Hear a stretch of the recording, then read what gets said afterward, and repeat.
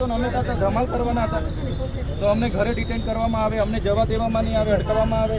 આટલો મોટો સમાજ છે એટલે અમે ચલાવવાના નથી. અમે કઈવાડિયા જવાના, આમાં ચાલી નહીં ભાઈ. કેટલે સુધી અત્યાચાર અમારે વેઠવાનો? અમારા લોકો કે માર ખાવા માટે રહેલા છે. હા, અમને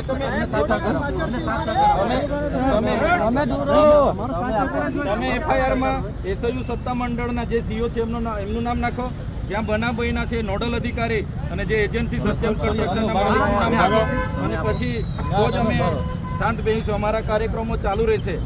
અમારા આદિવાસી સમાજના આજે હજારો લોકો જવાના હતા અને બીજા લોકોના હોજે લાગીને અમારા બધા આગેવાનોને તમે નજરકેદ કરો, કઈ રીતનું ચાલશે? અમારો અધિકાર નથી, સંવિધાનિક અધિકાર છે અને આ તો અમારો સામાજિક પ્રસંગ છે શ્રદ્ધાંજલિનો.